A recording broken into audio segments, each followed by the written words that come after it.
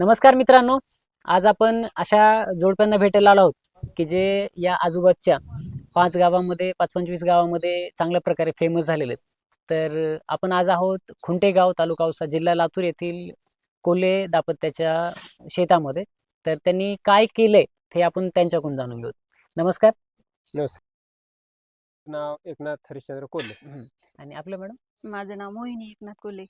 म्हणजे या दाम्पत्यांनी काय केले आपण त्याबद्दल थोडक्यात माहिती घेऊ की तुमच्याकडे लोक इथं काय येत आहेत नेहमी आणि हा काय प्रकल्प आहे तुमचा?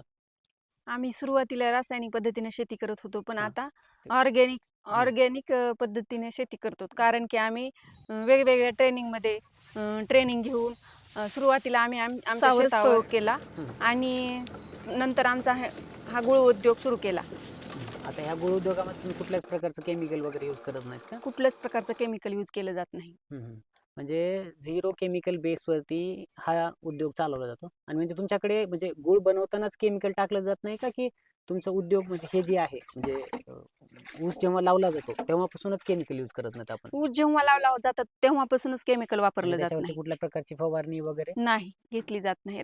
सेंद्रिय पद्धतीची फवारणी सेंद्रिय घेतली जाते. पद्धतीमध्ये आपण काय टाकतो त्याच्यावरती मग? जीवामृत हे अशा प्रकारचे ड्रिप वॉटर, पुन्हा पाटपाण्याद्वारे आम्ही सोडतो. बघा मित्रांनो, की आज काळाची गरज आहे की सेंद्रिय शेती ह्याच्यामुळे की बाबा वेगवेगळे रसायन जे आहेत ते शरीरामध्ये जाऊन मानवाच्या जीवनाला हानी पोहोचत आहेत. त्यामुळे मग सेंद्रिय शेती ही ह्या दाम्पत्याने केली आणि यांनी म्हणजे स्वतः प्रयोग करून ते सिद्ध करून दाखवलं. आणि आज यांच्याकडे जो गुळ बनतो तो आपण कुठे विकतो? आमचा गुळ कुठेही मार्केटला नेला जात नाही. इथूनच सेल होतो संपून आमचा. जातो. म्हणजे यांच्या गुळाला एवढी मागणी की अक्षरशः लोक फोन करून किंवा इथं येऊनच घेऊन जातात. इथं येऊन घेऊन जातात किंवा आपण पार्सल वगैरे देतो. हो. म्हणजे जर आपण खूप चांगल्या प्रकारे जर मेहनत घेतली तर आपल्या शेताला आणि शेतातील जो माल बनतोय त्याला प्रक्रिया करून आपण मार्केटमध्ये उतरवलं तर तुम्हाला ग्राहक शोधायची गरज नाही. फक्त तुम्ही इमान आणि तुमची जी क्वालिटी आहे ते जर मेंटेन ठेवली तर बरोबर ग्राहक वर्ग हा तुमच्यापर्यंत पळत येतो. याचंच हे उदाहरण आहे की हे कोल्हे दाम्पत्यांनी जे आपल्यासमोर कामधेनू नैसर्गिक गुळ उद्योग केलाय तर तो. तर तुम्हाला म्हणजे आता हा उद्योग आणि घर हे दोन्ही सांभाळताना किती अडचणी आहेत? खूप अडचणी आल्या. म्हणजे काही सांगण्यासारखे असतील तर? म्हणजे सकाळी उठल्यापासून संध्याकाळपर्यंत म्हणजे डबा असेल जेवणाचं, किंवा बाहेर गावाला जायचंय, कार्यक्रमाला जायचंय, इथलं उद्योग सोडून बाहेर जाता येत नाही, असं काही कधी घडले? होतं तसं, पण नियोजन लावून जावं लागतं ना. बघा खूप किती अडचणी आल्या. चतुराईने मॅडमनी उत्तर दिलंय. पण त्यांनी कधी कार्यक्रम सोडला नाही, कारण त्यांचे मिस्टर आहेत ते इथे असतात, त्यांचा मुलगा इथे असतो.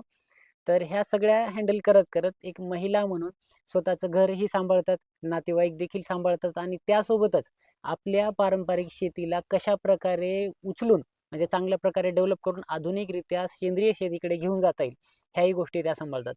तर तुमचं करावं तेवढं खरंच कौतुक कमी आहे. तर आपण याबद्दल आणखीन त्यांचे पुढचे काय विचार आहेत की बाबा इथे ट्रेनिंगला आल्यानंतर ते कशा प्रकारे लोकांना माहिती देतात ते पण आपण विचारून घेऊ.